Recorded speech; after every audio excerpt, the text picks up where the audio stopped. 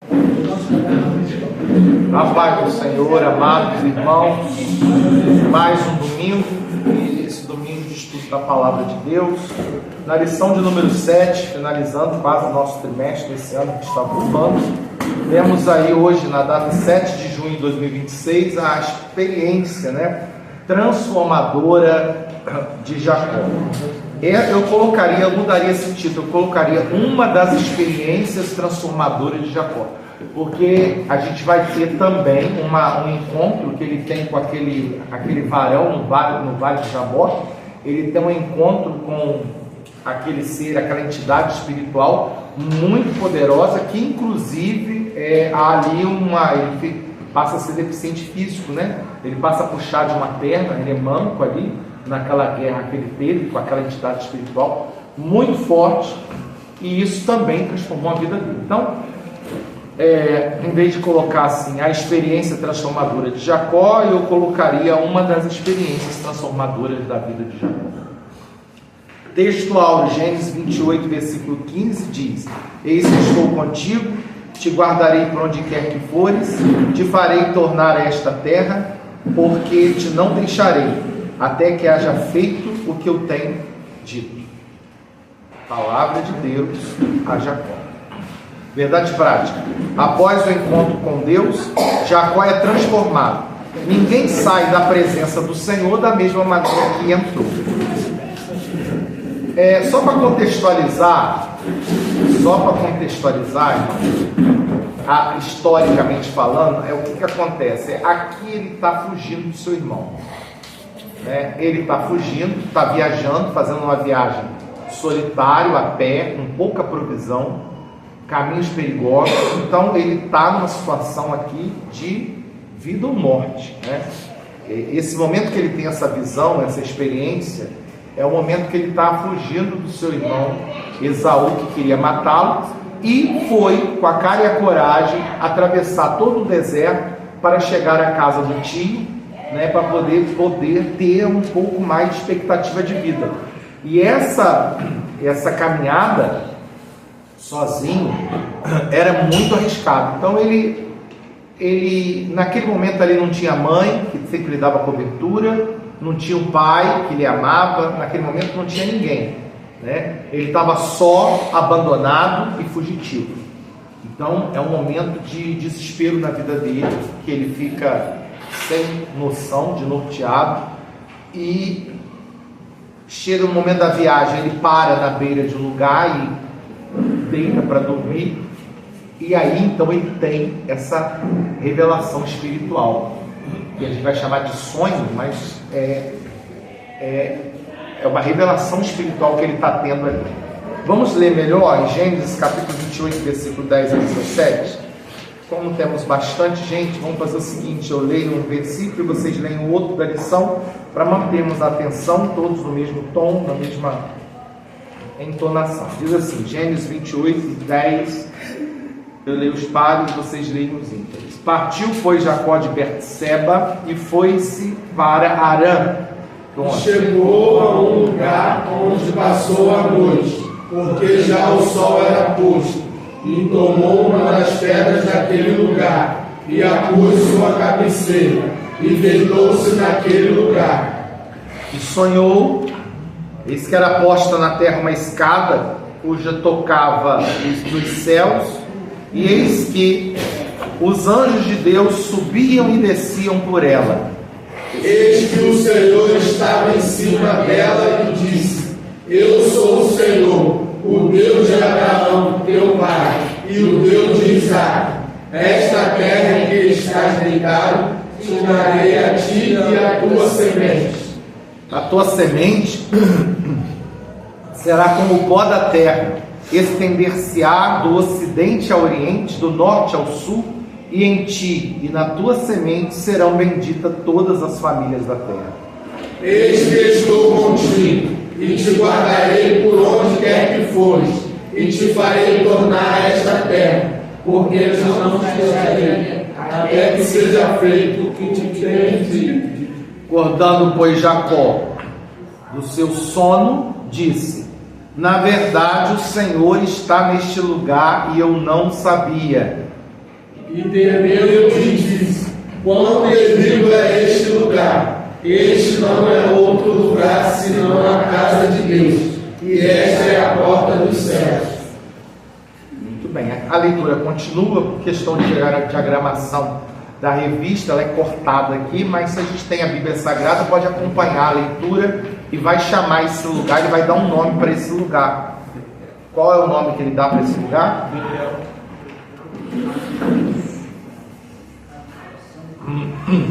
Vamos ler a introdução então. A introdução da nossa revista.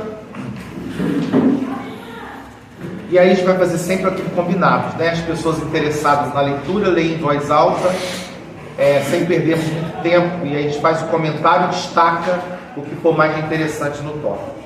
Na introdução, quem gostaria de ler, pode ler. Na lição anterior, vimos que o relacionamento entre Esaú e Jacó era conflituoso, a ponto de Esaú planejar matar Jacó, depois do episódio que resultou na perda da bênção, que seria sua pós-morte de Isaac. Antes, a ameaça de uma possível tragédia, Rebeca, Isaac aconselhou Jacó a ir embora para a casa do seu tio Labão e Arã.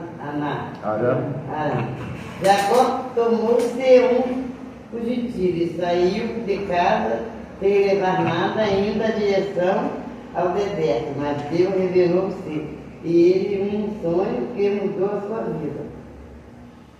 Muito bem, então a gente tem Ur dos Caldeus, onde que tem Terá e Abraão e os seus irmãos, né?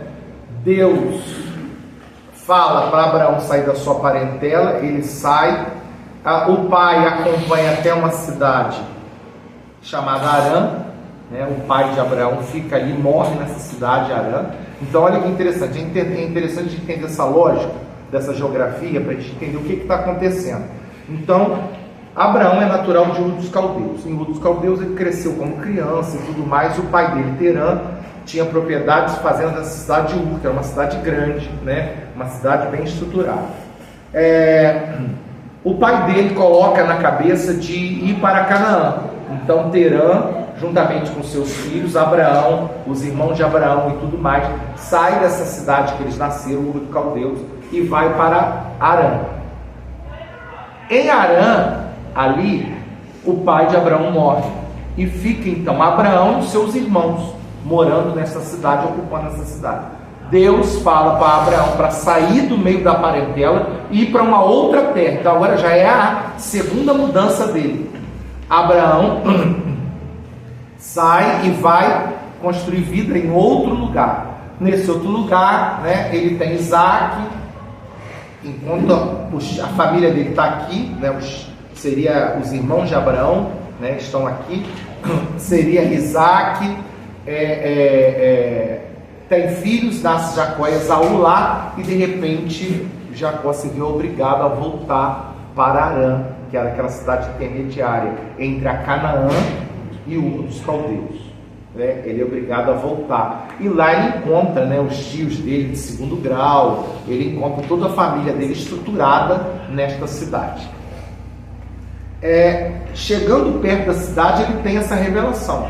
Então observa que a caminhada no deserto para ele foi apavorante, né? E no final Deus fala com ele, e que alívio, né? Quando eu estou contigo, te guardarei por onde quer que fores, e te farei tornar esta terra, porque te não deixarei até que te haja feito o que eu tenho dito. Então veja vocês que aquilo dali foi uma palavra de paz, tranquilidade e segurança para ele, porque ele estava temendo a própria vida, né? Nessa viagem perigosa. Um sonho que mudou a sua vida, a escada que tocava o céu. Quem gostaria de ler pode ler.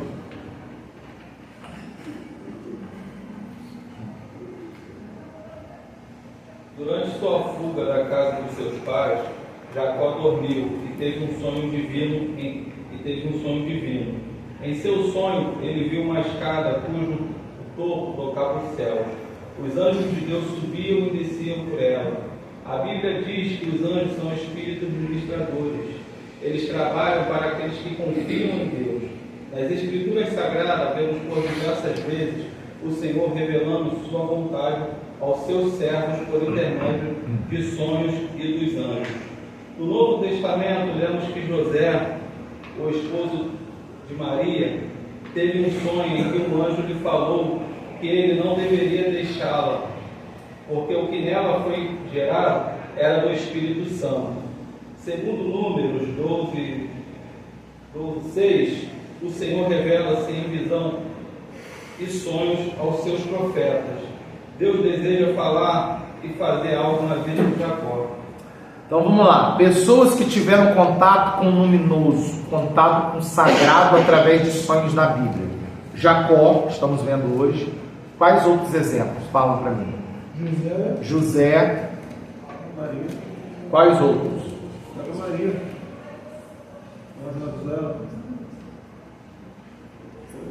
Mas eu acho que Maria não foi em sonho, acho que o anjo apareceu para ela. Tem os dois José, né? O José, marido de Maria, foi em sonho. Quais outros exemplos bíblicos que isso manifestação de, através de mensagens de vinda vindo através de sonhos? José, pai de Jesus, José do Egito, Faraó, pagão. Quem outros? Cita exemplo aí, temos mais.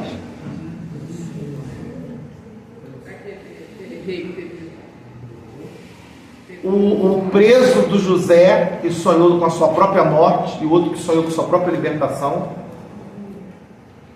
O problema de ficar do lado de quem tem sonho, que sonha também, né? Aquele rei, né?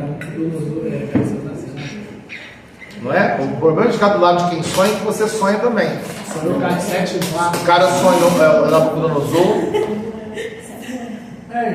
Quando o varão da Macedônia. Me ajuda a lembrar. Samuel, quando ele era pequeno, e ficava Samuel. Mas ali, eu acredito que não seja um sono. Ali eu acredito que seja em um momento de estado de vigília. Ele estava acordado e ouviu a voz. Seria uma manifestação. Eu estou falando quando você está no seu sono, fora do estado de Eliseu. Me ajuda a lembrar. Me ajuda a lembrar de que momento. Quando o exército inimigo tramava um plano para atacar, um estrategista, a palavra de Deus diz que Deus se revelava para ele na cama. Ou seja, na cama dele, para dizer por onde o exército inimigo iria atacar. Mas ali, eu acho que ele ali não estava dormindo, porque ali já estava bem de idade, já estava praticamente cego. Então ali já seria a revelações de Deus, seria como visão, né? Clara evidência. Uma clara evidência, ele via ali, mas via em estado de vigília, embora esteja acamado de idade cego em cima de uma cama. O sono seria quando a gente perde a nossa consciência, não é? E a manifestação do subconsciente, você não tem ali o controle disso. Tá, são vários exemplos que nós temos na Bíblia através de sonhos. Agora a pergunta que não se quer calar: todo sonho é uma mensagem divina? A gente precisa entender isso para poder não termos problemas com é preciso entender isso, porque o que vocês acham? Todo sonho é uma mensagem divina? Ou será que tem mensagens que Deus fala e a gente esquece quando acorda? Ou tem mensagens que Deus fala e a gente não entende? Né? Quando Deus fala claramente em sonho, ele fala em sonho. Eu estou rindo aqui porque eu lembrei de um negócio. Mandaram um vídeo para mim: pastor, interpreta meu sonho. O quê? Um leão voando, apertando paraquedas, saindo os troncos. Leão PQD. Leão do exército. Aí botaram assim: pastor sofre, né? Interpreta o meu sonho, pastor. Que sonho é esse? Aí diz que o leão miava. Era umas coisas meio assim, sabe? E aí, todo sonho, vocês acham que é de Deus? A gente tem que abrir isso. A Bíblia fala que às vezes muito pensava em sonho, né? Olha, é muito interessante que a nossa irmã está trazendo aqui para enriquecer a nossa aula. Existe um versículo na Bíblia que fala que das muitas preocupações, das muitas ansiedades, dos muitos pensamentos, vêm os sonhos. Né? Então a gente começa a descartar, e nós pentecostais temos que ter discernimento disso, pelo amor de Deus, porque é o segmento evangélico que mais sofre com isso, né? Eu já vi casos de pessoas num culto de ar livre, a irmã chegar, pedir a palavra, contar o testemunho. Irmão, quero aqui contar o testemunho, eu tive um sonho, eu via, meu irmão, eu e meu marido peladinho, num culto de ar livre. Então, assim, parece brincadeira, mas é real. Nós pentecostais exageramos muito com isso. Por isso que eu faço questão de dizer, todo sonho ele é revelação divina? A gente já começa a ver pelo versículo que existem sonhos que são produzidos pela nossa própria imaginação, experiências, sensações que durante o dia nosso subconsciente guarda, e durante a noite ele extravasa isso, né? Tem algumas pessoas, eu, por exemplo, particularmente, eu sou uma pessoa difícil de sonhar. Se eu sonho uma vez no ano, é impressionante. Impressionante. Aí eu vejo as pessoas contando, né? Gente, eu queria sonhar. Nem que seja a história do cachorro doido. Mas assim, sonho não, mas também quando eu sonho também, é Deus falando. E eu conheço pessoas que sonham toda noite, viu? Toda noite sonham, né? E eu conheço pessoas também que são muito crédulas aos seus sonhos, né? Olha, toda noite eu sonhei, fulano aconteceu isso. São pessoas crédulas ali no seu sonho. Então, entender quando o sonho é de Deus, quando o sonho é da produção humana, né? Vamos supor, do Hollywood humano, da mentalidade humana, né? E agora, vou mais além. Será que é isso que eu quero falar? Fala. O sonho também que é gerado Satanás. Muito. Quase. Era o que eu ia chegar.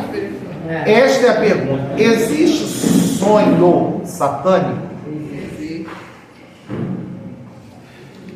Ataque espiritual no sonho. Ataque espiritual no sonho. Alguém já sofreu isso? Eu já. A gente entende, né? Até paralisia do sono, A gente entende que o sonho é um portal que se abre, né? E esse portal que se abre através do sonho, a pessoa pode ter experiências tanto do lado positivo quanto do lado negativo, tanto da luz quanto das trevas, né? Então existe sim. Então nós estamos vendo aqui 3 tipos de sonhos, para a gente ficar tranquilo quando sonhar. Sonhos que é de Deus, avisos divinos, espirituais, sonhos satânicos e diabólicos, e sonhos produzidos pela nossa própria cidade, como é que fala? Sinográfica da nossa mente. Fala. Só mais uma questão. E quando a gente sonha, vou dar um exemplo assim, meu irmão um tempo atrás, ele estava envolvido com coisas erradas, né? E eu estava em casa, eu já congregava aqui, e eu tive um sonho de que um cara ficava querendo me matar, eu fugia pela rua, fazia todo o trajeto.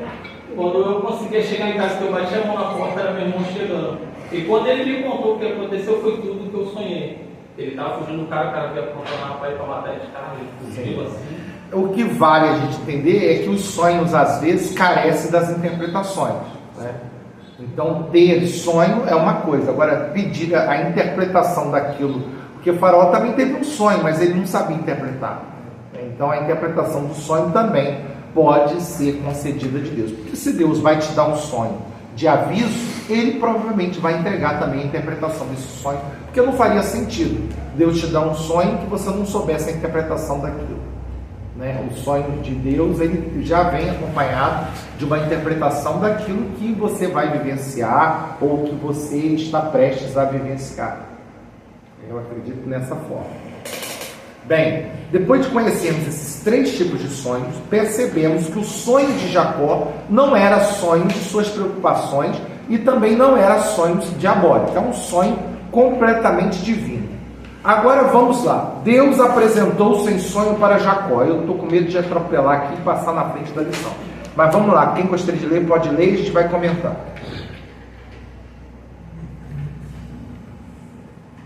Tópico 1, item 2.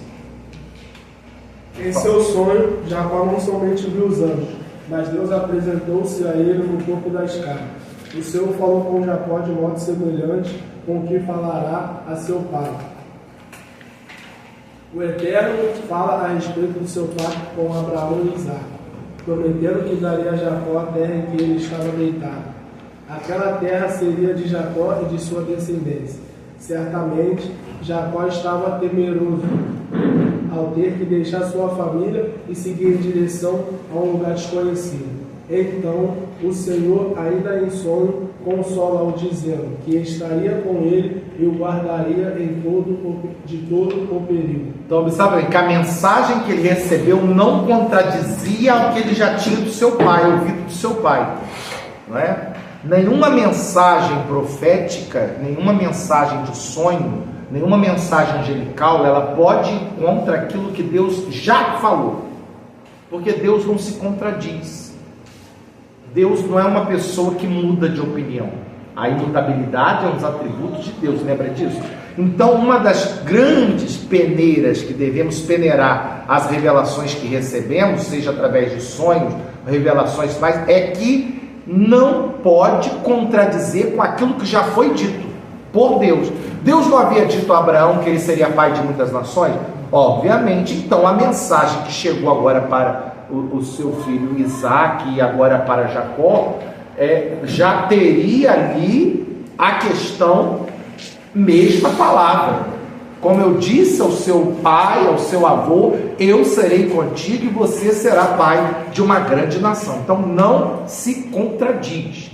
Então isso é a primeira peneira que nós devemos passar, não é? Passar para a palavra de Deus. Uma certa irmã de oração que sempre frequentava a oração, de repente deixou de frequentar o grupo de oração. O pastor foi fazer uma visita, pensou que estava passando mal com a coisa mais. Já era de idade, chegou em casa a fazer a visita, o pastor disse: minha irmã, não a vejo mais no grupo de oração. A irmã estava sempre lá na batalha espiritual, orando, buscando a presença de Deus. Pastor, mas eu estou muito feliz que, olha, eu tive uma experiência com Deus na minha casa.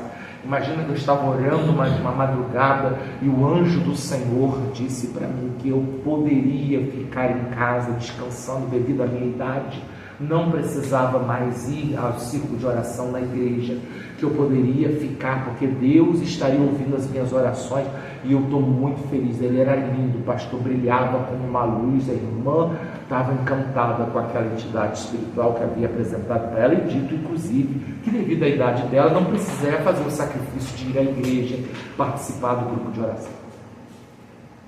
O pastor que entende que Deus não ia contradizer a sua palavra em Romanos, que dizia, não deixando a vossa congregação, que diz Romanos capítulo 12, como é costume de alguns, não deixando a vossa congregação. Então percebeu que aquela mensagem, vida por aquele anjo de luz, não era uma mensagem divina, era um espírito de engano. Então ele disse para ela, da próxima vez que ele aparecer para a irmã olha para os pés dele, veja os pés dele. E naquele momento a irmã pegou e disse que aquele anjo apareceu de novo, todo brilhando, e disse que ela tentou para os pés dele, eram os pés de cabra. Os pés eram os pés de cabra. Ela clamou o sangue de Jesus. Vocês já ouviram essa história? Toda assembleando raiz já ouviu essa história. O senhor já botou já. Hã? O senhor já botou o tempo do pé. Vocês nunca ouviram essa história? Eu era pequenininho, pastor. Eu fiquei com Toda assembleando raiz tem que saber dessa história. Eu falei, olha o pé dela, irmã. Olha o pé dele, irmã. Se tiver para trás, se for pé de cabra. Aí disse, quando a irmã olhou, era um pé de cabra, acabou o sangue de Jesus, aquilo foi embora e saiu. Então, muito cuidado, porque religiões surgiram no mundo por causa de manifestações de seres entidades angelicais.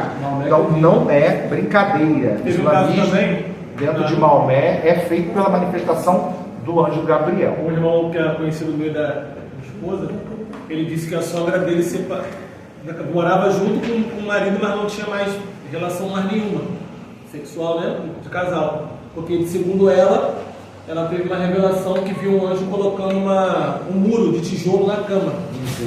E a partir daquele dia, a irmã fez foto de castidade. Sério? Matou o velho morreu de desgosto. Matou o velho. Peneira número 1. Deus não se contradiz. Então a mensagem profética divina, ela não vai contradizer a palavra que já foi dada. No caso, já foi dada, empenhada uma palavra a Abraão. E agora já foi empenhada uma palavra a Isaac. E por seguinte, agora ao neto, a Jacó. Havia empenhado uma palavra. E a palavra foi a mesma. Viu como é que Deus não se contradiz? Então, observe. Por isso que diz, se a gente conhece as Escrituras, a gente não vai se deixar ser enganado por elas. Qual é a artimanha de Satanás? Esconde isso daqui. Porque escondendo isso daqui, você não sabe o que é certo e o que é errado. E aí ele te manipula. Né? Então, observa que a luta nossa contra as hostes do mal é tudo que está escrito. Não é? Porque ele sabe da Bíblia. Lembra da tentação de Jesus? Olha, ele citou o Salmo 91, aquele que a gente gosta para espantar espírito mal e deixa aberto da nossa casa. Não espanta nada. O diabo estava bem lá lendo o capítulo e versículo do Salmo 91, porque chegou para Jesus e disse: está escrito, darás ordem aos teus anjos, jogarás aqui e não te tropeçarás com o teu pé em pedra. Está escrito no Salmo 91. Aquele salmo que a gente gosta para espantar, né? É o que ele gosta de ler. E aí, vocês estão rindo por quê? Para vocês entenderem que manipula a palavra. E aí Jesus disse: também está escrito, está escrito, está escrito. E se a gente não sabe o que está escrito, como é que se defende do ataque de Satanás? Está escrito aonde? Se a gente não sabe falar, está escrito. Então, por isso que eu sempre digo, trabalho de escola bíblica dominical é trabalho de libertação. Talvez seja um trabalho de libertação com maior eficácia. Porque aqueles que a gente está acostumado a assistir, que cai no chão, que rola, que grita, que junta 4, 5 pessoas para segurar, que manda sair, sai, mas o que diz a palavra, se a casa não tiver organizada, ele vai voltar, e vai trazer mais. Então a necessidade de libertação, Jesus disse: conhecereis a verdade, e a verdade vos libertará. Então, quando eu gosto desse crente cajadinho, pentecostal, né, que gosta de chegar de achar assim, manda assim: qual é o dia do culto de campanha de libertação na sua igreja, pastor? Fala para mim que eu quero ir na campanha de libertação. É domingo de manhã. Domingo, pastor, de manhã, campanha forte de libertação. Pode ir que você vai ver. Quando a palavra de Deus é falada mesmo, que tem que perdoar o irmão, que não perdoar é canal de oprimição, aí as pessoas ficam possessas. Literalmente, já vi na aula de ensino de escola bíblica dominical, as pessoas, eu olhar para o rosto da pessoa e não ver a pessoa, não é a pessoa ali, porque não aceita, não suporta a doutrinação da palavra de Deus ali sendo ministrada. Então a gente tem que conceber a ideia que a verdadeira libertação acontece aqui, na escola bíblica dominical, não é lá no movimento não. Lá é o início, a libertação do início. E depois? Eu fico muito preocupado com essas igrejas que trabalham só o início da libertação. Tá, expulsou, mas depois vai continuar vivendo amigado, amaziado. Então agora os demônios saem daqui e você volta para casa e se relaciona com alguém que não é casado. Então o demônio saiu de você aqui, mas você continua guardando ódio do seu pai, ódio da sua mãe, ódio do seu... tem um ódio no coração. A mágoa, o ressentimento está presente. O que vai acontecer? Vai sair daqui e te pega na esquina. É o que mais a gente vê acontecer. Então, o trabalho da libertação é esse aqui que nós falamos. Está escrito. É o que está escrito. Vamos lá, está escrito. O tópico 2, as descobertas de Jacó. Jacó descobriu a presença de Deus. Podem ir. Item 1. Item 2. Não, eu acho que começa de Deus, já começa de Deus a Jacó. Eu pulei? Então podem ler, por favor, que eu gostaria de ler. Só vamos fazer esse intervalo para ganhar tempo, todo mundo já lê rápido. Deus revelou-se a Jacó em sonhos e lhe fez promessas. Primeiro prometeu dar-lhe a terra em que ele achava deitado, naquela noite sombria.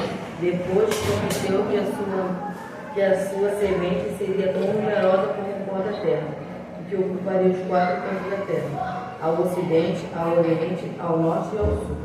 Em seguida, repetiu a promessa que fizeram a Abraão e Isaac: e a tua semente será como o pó da terra.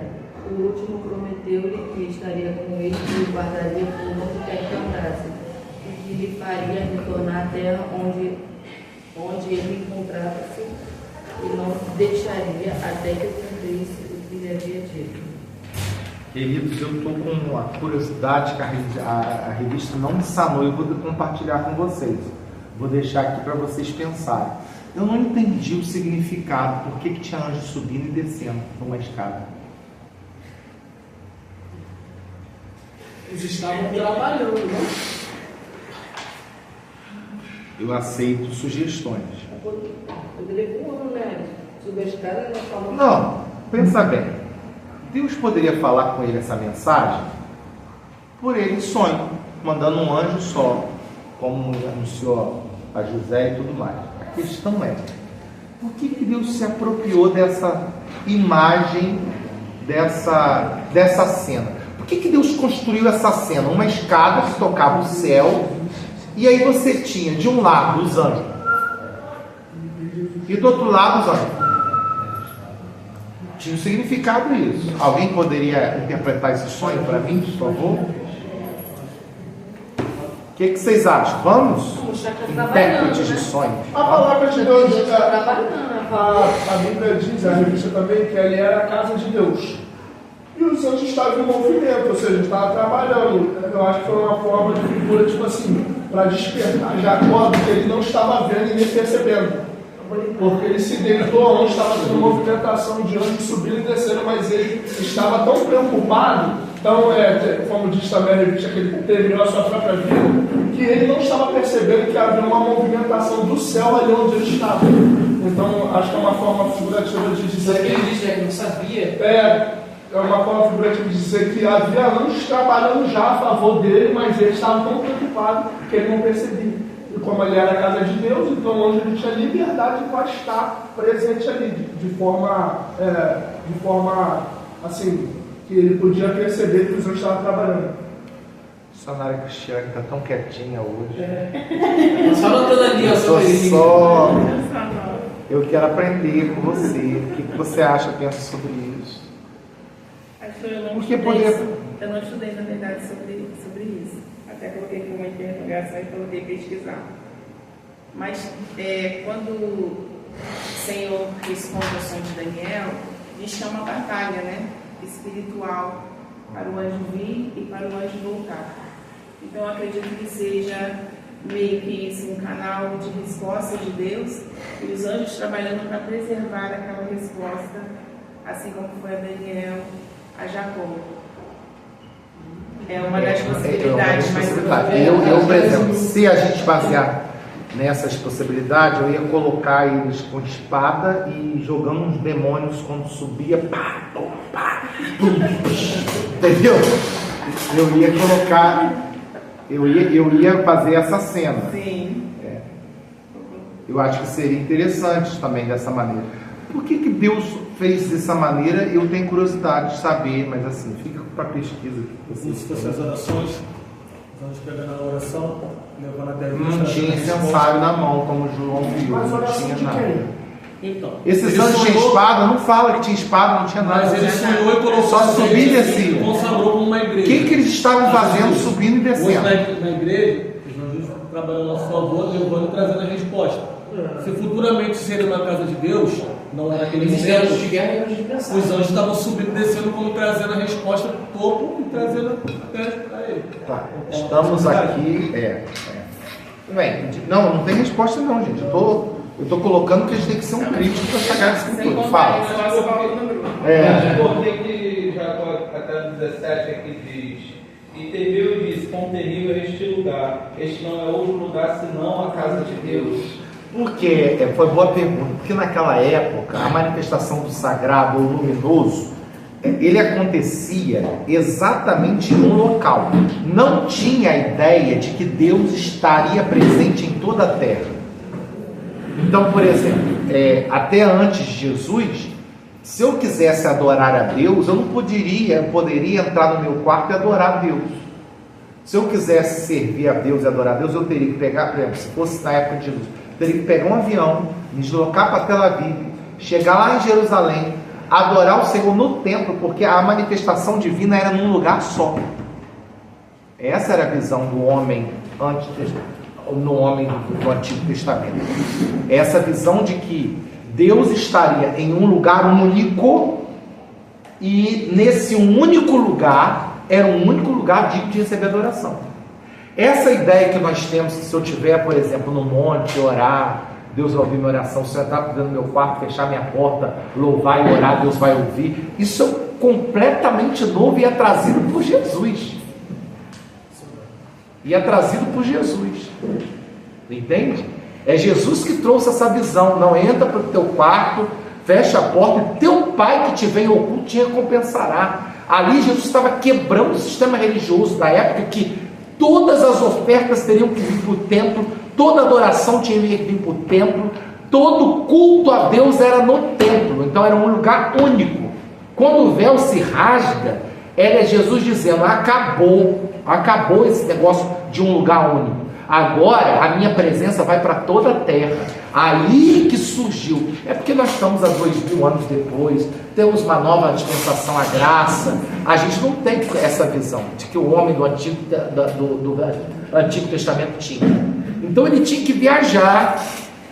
O que era a Páscoa, a celebração da Páscoa? Era a reunião que vinha pessoas, judeus de todo mundo, que ia para Jerusalém a adorar, porque a adoração era exclusivamente naquele local. Viu como é que era diferente?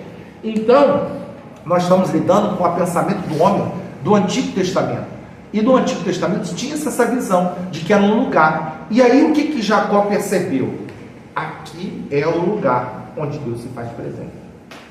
O que Moisés havia percebido? O Sinai era o lugar onde o monte de Deus. Então, para Moisés, o Sinai era o lugar de adoração. Para Jacó ali, quando ele tem aquela experiência sobrenatural, ele vê anjos subindo e descendo e fala: aqui é o local de adoração. E aí fica essa questão, essa briga, que até nos dias de Jesus estava lá. A mulher samaritana dizendo: não, é aqui que Deus está, no Monte Gerizim. E os judeus diziam: não, é no templo de Jerusalém, da briga deles. Porque todos eles achavam, ninguém pensava assim: Deus está em todos os lugares. Isso é novo, isso é pra gente aqui. Eles pensavam que Deus estaria num lugar fixo. Então a samaritana no Monte Gerizim, os samaritanos, e os judeus no templo. Aí ficava aquela briga: não, porque Deus está lá, não, porque Deus está aqui, porque Deus está lá. E Jesus olhava para ele e assim: que pena. Falou com Jesus, onde devemos adorar em Jerusalém. Porque na visão dela é isso, Deus estaria em um lugar só. Entendeu? O problema é que eles excluíam, né, os doentes, os coxos. Exato. Então, queridos, por isso daí que você colocou. Mas essa questão da escada, ela também, essa visão que ele tem, né? Eu quero entender essa cena. O que Deus programou essa cena? E essa escada é alguma representatividade, ela não está ali apenas estar numa visão num sonho. Lembrando que para onde subir e descer não precisa de, o que nos ajuda muito na interpretação. Mas aí a gente entende. O que nos ajuda muito na interpretação. De repente eles não tinham asas, Escada de uma ponte. Nem todos os anjos têm asas. Só uma parede. Asa é uma característica bíblica dos serafins. Escada de uma ponte te leva de um lugar para outro. E há entidades espirituais de alto poder hierárquico que nem forma humana tem. Mas é outro mistério. A escada te dá alcance onde você não consegue chegar. E anjo subir é levar alguma coisa. Gente, vamos pensar. Fica por casa, pesquisa. Quem descobrir a resposta. Agora, tinha carro de cavaleiro, mas seguiu no redemoinho. O que os carros estavam fazendo lá se ele seguiu no redemoinho? A gente não pode ir por esse caminho. A escada mais simboliza mais como se fosse um processo. Ou seja, um processo de alguma coisa que está passando, seja Jó, está passando pela situação ali toda, a escada simbolizou o processo. Gradativamente, ele vai passando pelo processo até finalizar. Será que era isso que Deus queria falar para Jacó? Mas é dos anjos. Bem, e aqui nós entramos no campo da espectologia, da astrologia. Eu preciso avançar, fica para casa essa pesquisa. Vamos lá. Descoberta de Jacó. Jacó descobriu a presença de Deus. Quem gostaria de ler pode ler rápido por cada hora. Vamos. Depois de despertar do seu sono, Jacó disse: na verdade, o Senhor está neste lugar, e eu não o sabia. Pensa na cabeça do homem do Antigo Testamento, tá? Vai. Ele estava vivendo um dos piores momentos de sua vida. fugindo do seu lar em direção à casa de seu tio e correndo o risco de ser morto por Esaú. No entanto, é nesse momento de adversidade que Deus revelou-se e mostrou que Jacó não estava sozinho. Isso nos lembra Jó, que disse que a dor e a aflição fizeram não conhecer a Deus de modo pessoal. Agora preste atenção, pensando na cabeça do Antigo Testamento. Jacó descobriu a casa de Deus, pensando como pensava o homem do Antigo Testamento. Podem ler.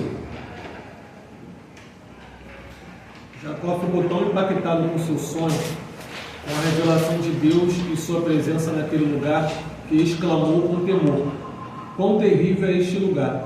Este não é outro lugar senão a casa de Deus. Foi uma experiência extraordinária. Sozinho, em meio à escuridão, ele jamais esperaria ter um encontro tão real com Deus. O Senhor estava iniciando um processo de transformação na vida de Jacó. Haveria uma mudança de dentro para fora do patriarca. Então ele tem uma experiência naquele lugar e venera aquele lugar. Observa como é que está muito ligado ao pensamento do homem do Antigo Testamento, o que para a gente já é uma coisa surreal, não faz sentido para a gente. Vocês entendem por que o véu do templo precisou ser rasgado?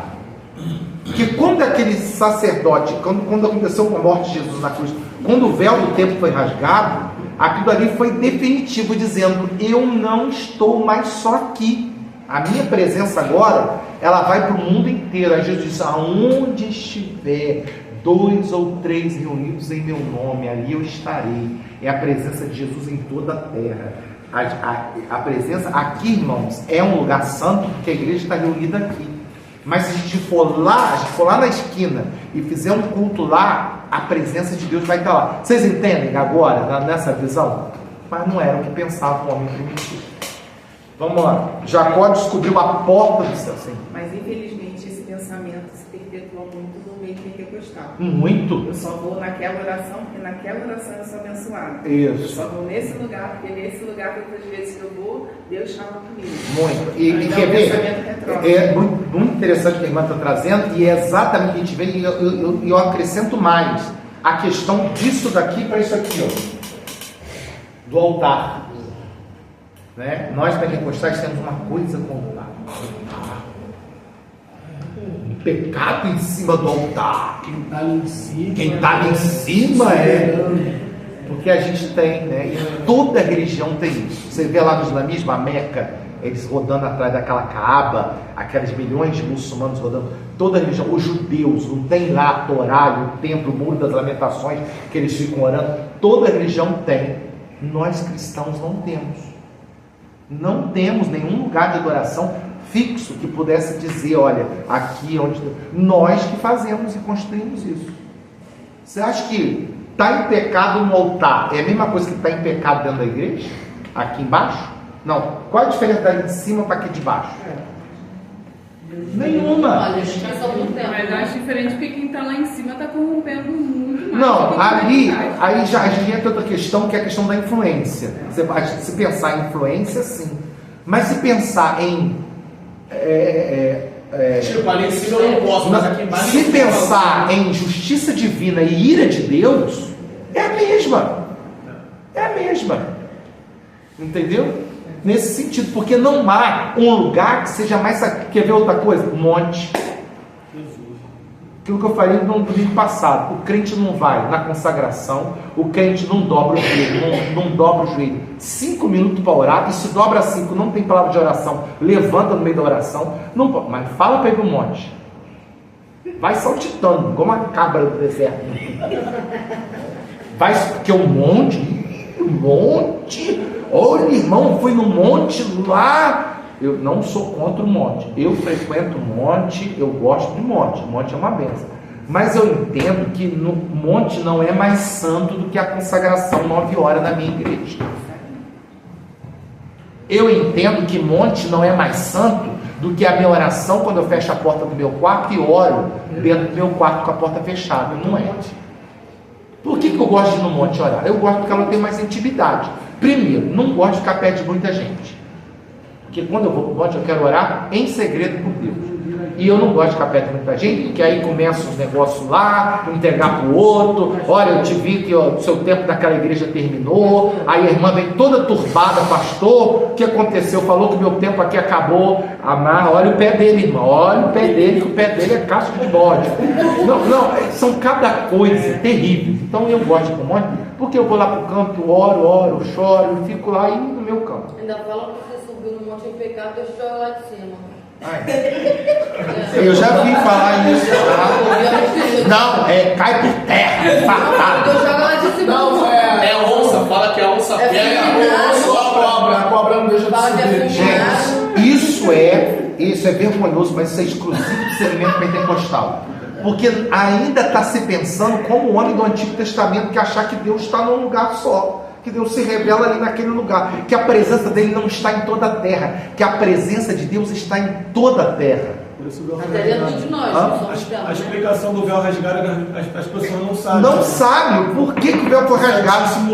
Acabou. Eu não preciso mais ir para Jerusalém para adorar Deus lá. Pois não. Essa é a questão da ignorância do ser humano, que não busca conhecimento. Aí o que a irmã trouxe é uma realidade. E eu vou mais além, a questão de altar. A questão de separar chão da igreja com altar da igreja, como se fosse aqui fosse mais santo que aqui, monte, achar que o monte é terra santa, mais santa do que a igreja, e aí vai coisas que os pentecostais nos dão vergonha de vir falar.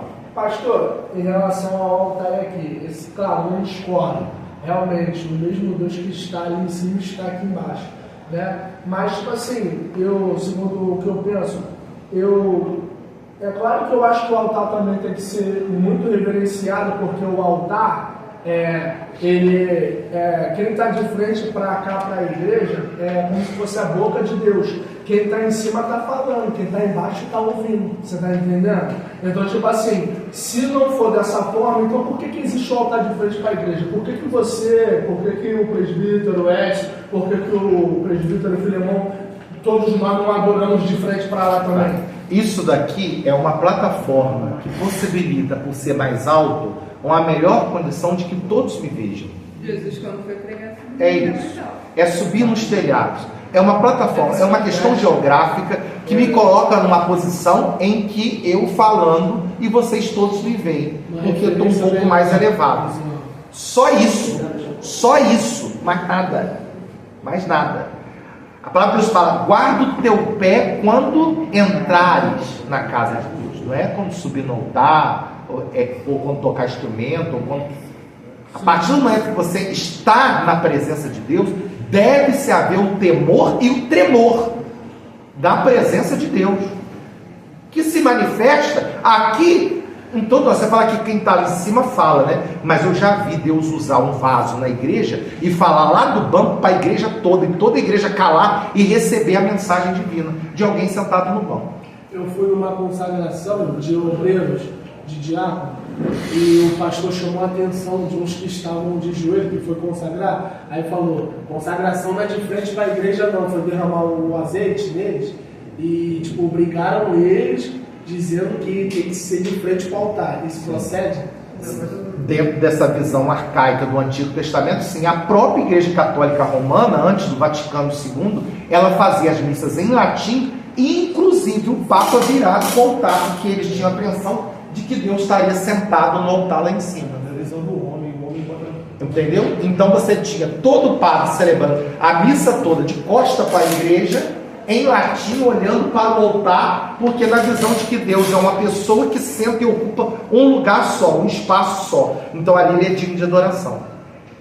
Vai para outras igrejas, a Igreja Congregação Cristã do Brasil, você tem que orar sempre virado para o altar. Então, a gente não vai entrar nesse detalhe, porque aí é uma questão de conhecimento. Mas não que seja errado, né? De quê? Não que seja errado. Por exemplo, se eu tenho um entendimento de que Deus está ali, como você falou no tempo antigo, não, mas Deus não está aqui. Aqui. Não, eu estou falando como se fosse no Deus está aqui. Não, é o que eu estou falando, como se fosse no tempo antigo. Porque para se adorar a Deus tinha que ir um lugar único, num lugar específico. único. Então, tipo assim, se eles têm esse entendimento, se eles acreditam ainda desta forma, não que seja errado adorar de frente para o altar achando que... Não, mas eles acham que só dessa maneira deve ser feito. É uma visão limitada. Deus recebe adoração? Recebe, porque a questão de Deus não é forma, não é formalismo, é a intencionalidade do coração. Eles acham que ele Lembram de uma mulher que entrou num templo contaminado pelo pecado, fez uma oração e foi ouvida. Ana. Então, Deus não se estabelece em forma, em lugares, em rituais. Deus não é isso. Deus está acima de tudo isso. E Jesus veio nos ensinar isso. Tá? Quando bota essas pensamentos, aí ensinar a Deus. Foi uma congregação muitos anos atrás que foi bater palma depois da oportunidade, o pastor repreendeu a igreja toda. Não pode bater palma porque isso aqui não é um show. Entendeu? Aí Salmo 47 fala para o dia. Por exemplo, olha só, isso foi proposital. Isso foi proposital. O pastor, uma vez, foi passar um vídeo, uma televisão igual a nossa aqui. Olha essa experiência. Uma televisão igual a nossa no altar, assim, bem grande, um telão. Passou assim na igreja. Vamos ouvir vou passar esse vídeo aqui e eu vou colocar. E quando eu passar o vídeo, só quando começou a passar o vídeo, não tem havia propaganda da televisão, apareceu a propaganda da Globeleza. Vocês não lembram o que é a Globeleza, não? Acho que não tem. A Globeleza era uma mulher completamente nua, com o corpo pintado e dançando samba. A igreja, sangue de Jesus dentro. E o pastor deixou. O pastor deixou rolar a mulher. E a igreja, sangue de Jesus, as irmãs tapando os olhos da criança, não sei o que. Acabou, pastor. Acabou, irmão? Acabou, sangue de Jesus. Qual é o problema, irmão, disso daqui? Vocês ficaram apavorados que isso aqui aconteceu aqui dentro da igreja? E quando acontece dentro da sala da casa de vocês? O que vocês fazem? Ficam apavorados também? A santidade que vocês acham que tem que estar nesse lugar, não tem que estar na sala da casa de vocês, quando vocês veem e assistem esse tipo de coisa? E essa foi a pregação da noite. Entendeu que santo é onde se faz um coração santo. Não importa. Você pode estar no lugar mais santo, se você não estiver na presença, você está sendo ali, não está sendo notado. Vamos, gente? Qual o próximo tópico? O concerto de Deus com Jacó, não. Jacó descobriu a porta do céu. Isso. Jacó descobriu a porta do céu. Ó, o comentarista está dando asa a essa imaginação do homem do Antigo Testamento. Vai lá, pode ler. Sabemos que uma porta e uma abertura através de qual temos acesso, determinado do ambiente da nova aliança, conforme a revelação. A palavra de Deus é a porta do acesso ao céu. Jesus Cristo, Ele mesmo declarou: eu sou a porta, se alguém entrar por mim, salva aquele, e entrará, e sairá, e achará pastagem. Hoje não há outra maneira de chegar a ser a Deus, sem transformá-lo, santificá-lo, senão por intermédio de Jesus Cristo. Eu ainda continuo achando, porque aqui ele ainda não tem a vida transformada. Ele ainda continua mentiroso, ele vai se enganar o sogro dele, ele vai, entendeu? Então por isso que esse título da lição, eu não concordei com o título da lição. A experiência transformadora de Jacó. Não, eu achei que o comentarista, com todo respeito, eu acho que não foi, porque a experiência transformadora dele vai ser quando ele tem um encontro com aquele anjo lá no Val de Jaboque, que vai quebrar ele todinho, e ali ele vai, eu quero ser abençoado, segura ali, a vida dele é mudada, ali, naquela experiência, que é a experiência do pai dele, que é a experiência de quem? Ou eu estou fazendo confusão? Não. Por que ele não tentou subir a escada? Se a gente passa por Jesus e encontra a parte de verdejantes, ele estava demonstrando como se fosse Jesus. Por que ele não tentou subir a escada? Ele ainda não estava transformado. Talvez naquele momento ele estava na paralisia do sono, para poder não atrapalhar as imagens. Vamos lá. Só passa pela porta quem... Bem, a porta é Jesus, mas não falou de porta lá. Eu quero saber a escada e por que anjos subindo e descendo, mas tudo bem. Coluna de Betel, a pedra transformada em coluna. Eu quero acelerar porque eu ainda tenho que falar com vocês sobre OVNIs, objetos não identificados. Precisamos falar sobre isso. Vamos lá. 3. A coluna de Betel, a pedra transformadora em coluna. Rápido para a gente ter tempo, vai. Cheio de fé e de entusiasmo, Jacó decidiu demonstrar sua gratidão a Deus de forma bem concreta, plena de sentidos de devoção sincera. Ele poderia ter feito somente uma oração de gratidão a Deus por tudo que lhe proporcionar, demonstrando seu amor e seu cuidado, mas o fez de modo bem real e visível. Ele levantou-se de madrugada, tomou a pedra que lhe servira de travesseiro e a levantou como uma coluna, que serviria de memorial ao Senhor. Mas Jacó derramou azeite sobre a pedra e apelidou aquele lugar, que antes se chamava Luz, de Betel, que significa casa de Deus. Pela fé, Jacó viu não apenas uma coluna de pedra, mas um lugar especial de adoração ao Senhor. Observa que todas as vezes que tem uma experiência espiritual, a nossa tendência é venerar a coisa. A tendência. Eu lembro uma vez que eu tive uma experiência espiritual e assim, por isso que Deus não pode, às vezes, dar muita coisa pra gente não, senão a gente começa a ficar meio idólatra. Você vê, houve ali uma experiência espiritual na vida dele, ele já foi a pedra que eu dormi. Botou a pedra, ungiu a pedra, não fazer uma coluna dessa pedra, beija a pedra. Ó, até hoje lá, os islâmicos têm a pedra deles lá que caiu lá do céu. Então vocês observam como que nós seres humanos somos propensos a venerar. Moisés levanta uma serpente no deserto, essa serpente cura muitas pessoas e depois não foi. Depois de 500 anos nós temos um povo adorando aquela serpente. Então coisas que Deus usa para abençoar pode se transformar também. Ali ele consagrou aquele lugar ali, né? Mas a gente tem que estar pensando na cabeça do homem do Antigo Testamento, que ele está achando que Deus está só ali, que é ali que Deus está. Só que aquilo vai ver guerra, vai ver morte, porque depois ali vai ser construído o tabernáculo, ali depois vem o templo, tudo mais. Essa questão dessa serpente é essa questão que é adorada até hoje, que é conhecida como escular, que é aquele bordado que tem no Jalhão. A Grécia pegou, importou, assim, isso aí. Até hoje tem o símbolo da medicina. Bem, queridos, perigo da gente sacralizar algumas coisas que a sacracidade não está na pedra, a sacracidade não está naquela terra, a sacracidade, ele fez e ali adotou aquele lugar ali. Mas hoje nós temos um entendimento mais amplo em Cristo, nós entendemos que ele poderia estar dormindo numa estrebaria e Deus daria o sonho para ele na estrebaria, e nem por isso os burrinhos, as ovelhinhas que estivessem lá seriam também locais santificados, tá bom? Mas é importante observar isso daqui.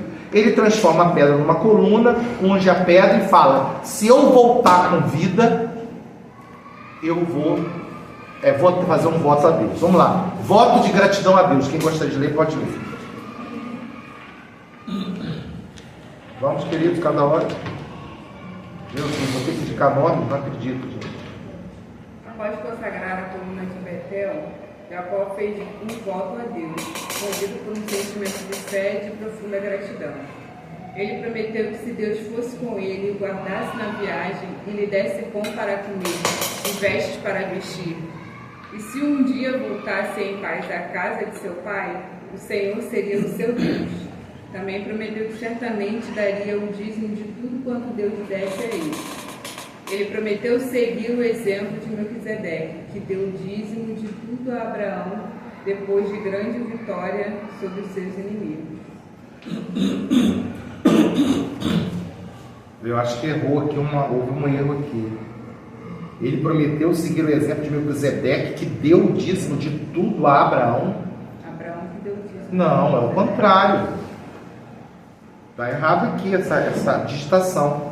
Prometeu seguir o exemplo de Abraão, que deu o dízimo de tudo a Melquisedeque. Não é isso, irmã?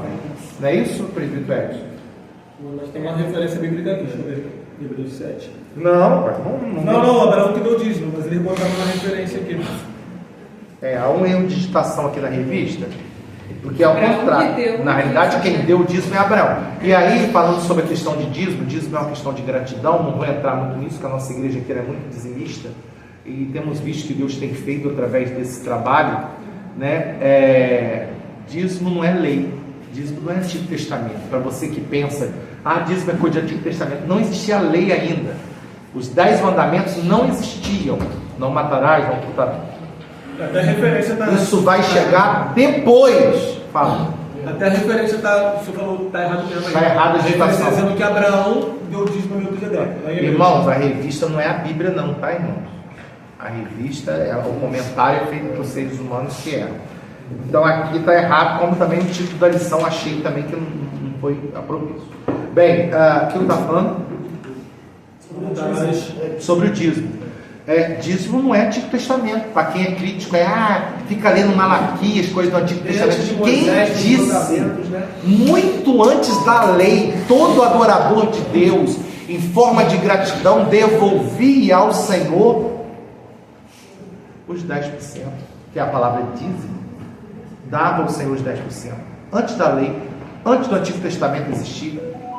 Então, eu não gosto de entrar nesse detalhe, porque ainda mais que eu sendo pastor, acho que estou querendo pegar dinheiro dos outros. Mas assim, e não gosto também de falar, porque dízimo e essa experiência de gratidão a Deus é uma questão que quem reclama e quem acha ruim, irmão, não é dizimista. O dizimista, que é dizimista fiel, ele não é o que reclama na igreja. Não é ele que questiona a questão do dízimo da igreja. Você acabou de falar a questão de gratidão. Porque a pessoa entende que gente, 10% do Senhor. Está errado, né? Essa visão de devolver 10%. Tudo é do Senhor. Não é 10% do Senhor e 90 mil. É tudo do Senhor. Ele só solicita que, se você for grato, devolva ali os 10%. Mas tudo é do Senhor. Que a gente fala assim, irmão, dá os 10% do Senhor. Não, 100% é do Senhor. É 100% do Senhor. Um dia numa sala de professores, um professor ateu, depois se converteu, ele falou assim, eu não gosto desses crentes que ficam botando na vida, estava vendo carro de estacionamento, foi Deus que me deu. Não foi Deus que deu ele, não, foi ele que estudou, que trabalhou, que conquistou com o sol no rosto dele. Aí eu virei para esse professor e falei, amigo, e você acha que se um mosquito da dengue não tivesse picado, tivesse tido uma dengue hemorrágica, ele conseguiria formar tudo isso?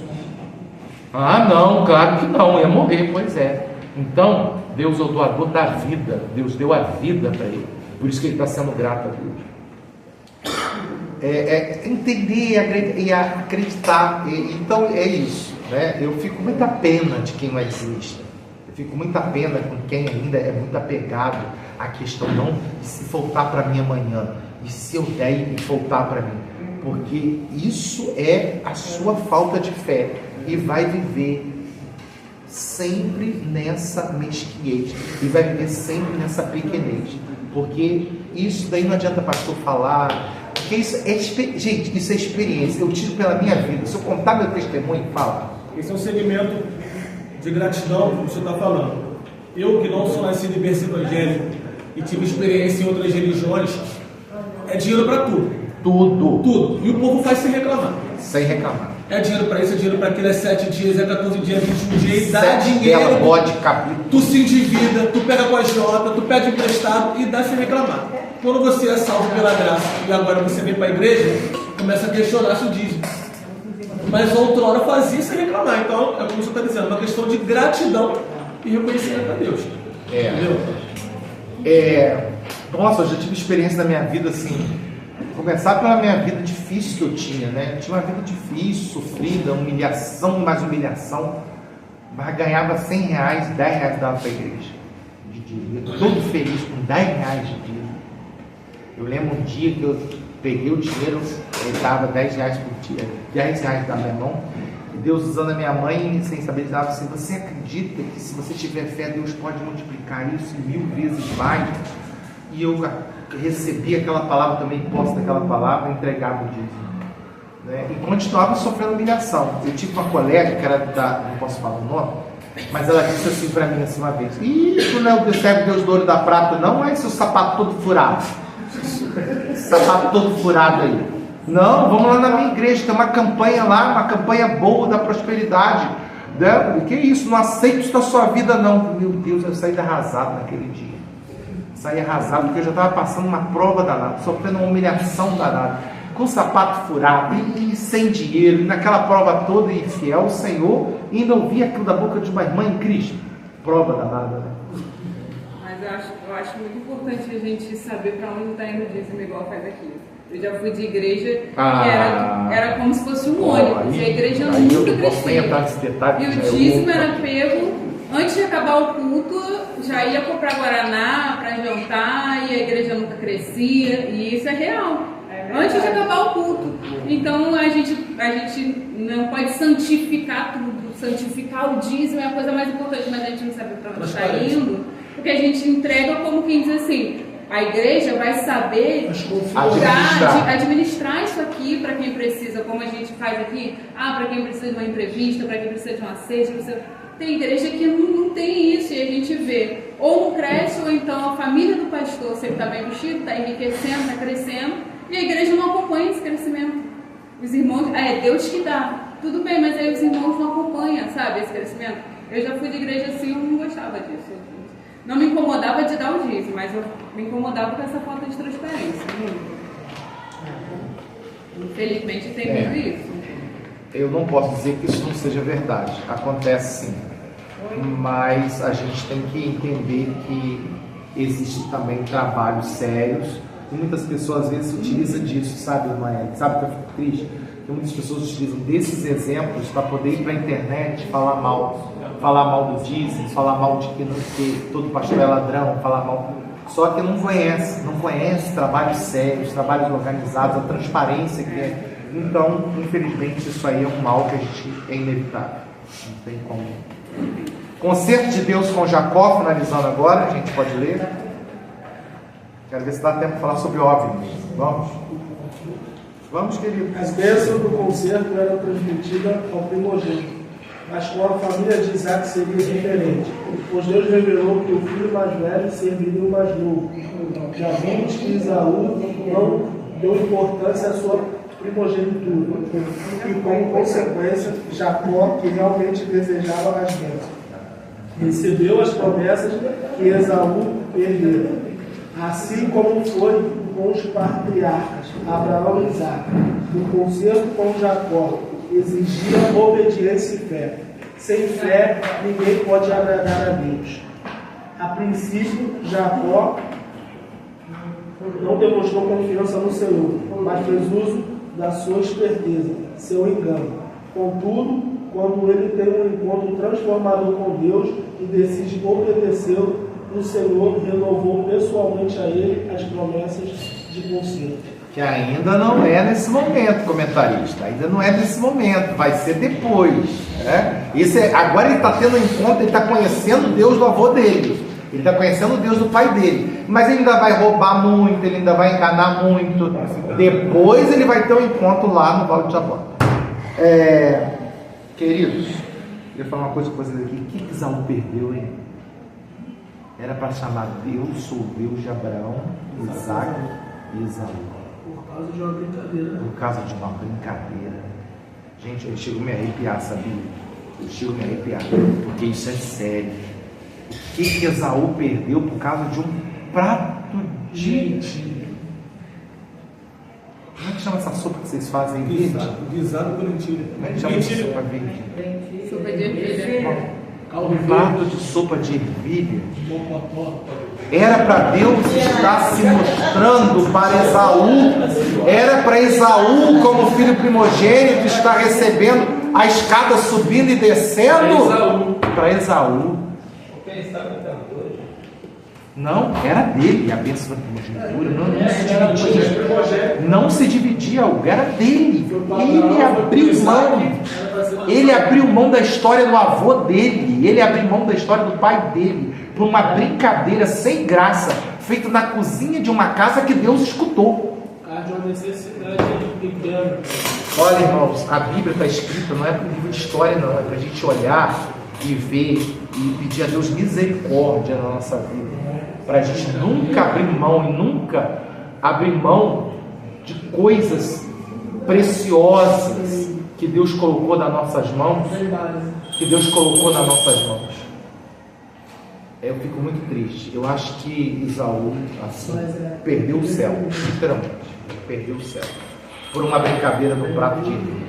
Forte isso, né? Isso sirva de exemplo para a gente, né?